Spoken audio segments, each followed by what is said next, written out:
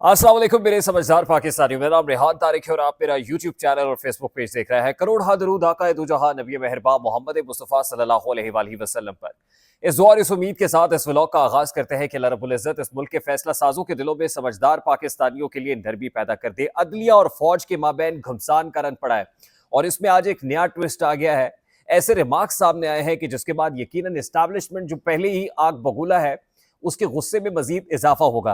वो रिमार्क्स देने वाला कौन है, एस्टैब्लिशमेंट को किन अल्फाज में ललकारा जा रहा है, तमाम तर डिटेल्स आज के इस व्लॉग में आपके सामने रखूंगा। लेकिन उसके साथ ही आज अडयाला जेल से जहां इमरान खान बजरिया video link supreme court of Pakistan की समाअत पे पेश हुए, उसी अडयाला जेल में आज इमरान खान साहब की अहम लोगों से मुलाकात हुई और एक खास शख्स से मुलाकात आने वाले चंद रोज के अंदर एक्सपेक्टेड है और उसके लिए इंतजामात मुकम्मल भी किए जाएंगे, उसके लिए इजाजत भी हो सकता है कि ली जाए। इस हवाले से इमरान खान भी हामी भर सकते हैं और जो शख्सियत मुलाकात के लिए पहुंचेगी उसकी कंसेंट लेना भी जरूरी है। अब वो शख्सियत कौन है, इस बारे में भी आज के इस व्लॉग में बात करेंगे। और साथ ही आज इमरान खान की तस्वीर जो सोशल मीडिया पे खासी वायरल हुई और मुख्तलिफ एंगल से मजीद तस्वीर भी सामने आ गई। वो तस्वीर ली किसने है, तस्वीर लेने वाले का सुराग भी लग गया है, क्योंकि सुप्रीम कोर्ट ऑफ पाकिस्तान से जब ये तस्वीर लीक हुई और उसके बाद सोशल मीडिया पर वायरल हो गई तो तहकीकात का दायरा कार वसी किया गया कि पता चलाया जाए कि तस्वीर लेने वाला कौन है। तो पता चला कि एक जूनियर वकील हैं, एक वकील साहब के साहबजादे हैं और बतौर लॉ क्लर्क काम कर रहे हैं, यानी नए नवेले वकील हैं। तो इनसे मुतालिक तो पता चला। उससे पहले शौकत बसरा का कहा जा रहा था कि उन्होंने तस्वीर ली है, लेकिन उन्होंने तरदीद कर दी कि तस्वीर उनकी जानिब से नहीं ली गई। अगर ली जाती तो बरमला उसका इकरार करने में भी कोई प्रॉब्लम नहीं था। दूसरी इंपॉर्टेंट चीज यह है कि पाकिस्तान मुस्लिम लीग नून और शहबाज शरीफ लेड कोलिशन गवर्नमेंट खासी मुश्किल में पड़ गई है। शहबाज शरीफ को जहां बाहर से प्रेशर का सामना है, वहीं अंदरूनी जो दबाव है वो भी आ रहा है। शहबाज शरीफ साहब की टीम के अंदर कुछ रीशफलिंग की बात हो रही है। ऑलरेडी शहबाज साहब की टीम के अंदर जो कैबिनेट के अंदर लोग मौजूद हैं, वो पता है कि बहुत सारे ऐसे हैं जो ताकतवर हलकों को रिप्रेजेंट करते हैं। एक साहब जो उनके अपने हैं, उनकी परफॉर्मेंस से पाकिस्तान मुस्लिम लीग नून ही नाखुश है और वो कोई और नहीं है बल्कि वफाकी वजीर इत्तलात अताउल्लाह तारड़ साहब है।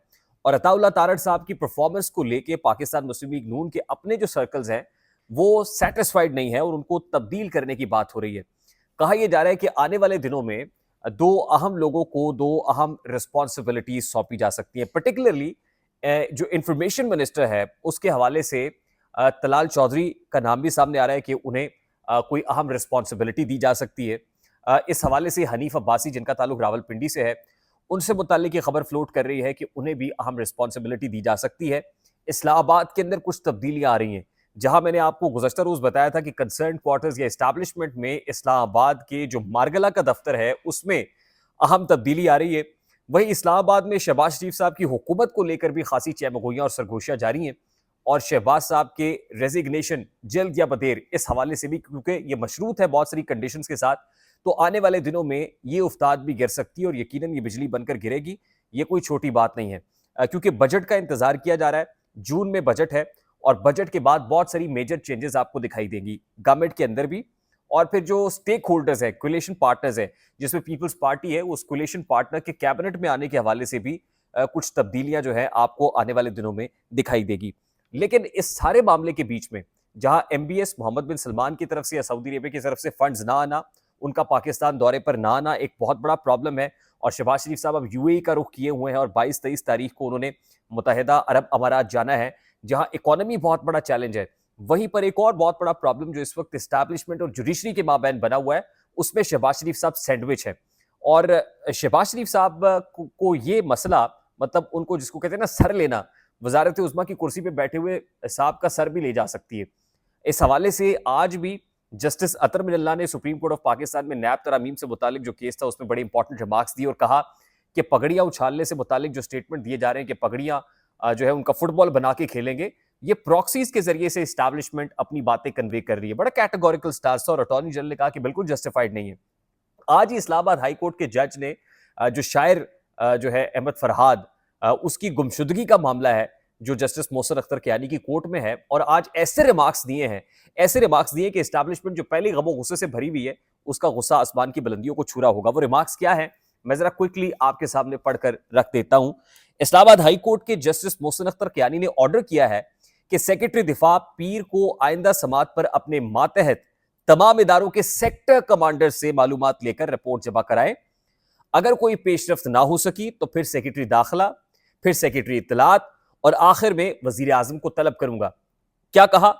वो कहते हैं मैं सेक्रेटरी दिफा और सेक्टर कमांडर्स को जाती हैसियत में तलब कर रहा हूं।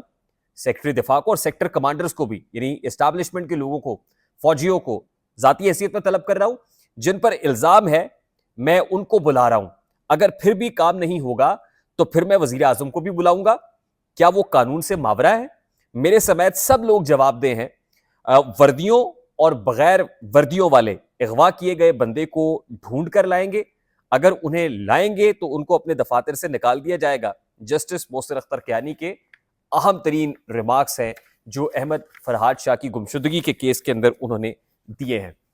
यकीनन ये रिमार्क्स जो इंटेलिजेंस एजेंसीज हैं, ये एस्टैब्लिशमेंट है, उनको पसंद नहीं आएंगे। और आज ही हमने देखा है कि जस्टिस बाबर सत्तार के मामले पर जब कल फैसल वाडा साहब ने प्रेस कॉन्फ्रेंस की तो आज एमकेएम के मुस्तफा कमाल साहब ने अपने जो हवारी हैं एमकेएम के, उनके हमरा एक प्रेस कॉन्फ्रेंस दाग दी है। तो प्रेस कॉन्फ्रेंसेस तो हो रही हैं, दोनों तरफ आग बराबर लगी हुई, और ये मामला को इतनी जल्दी आसानी से हल होता हुआ नजर नहीं आ रहा।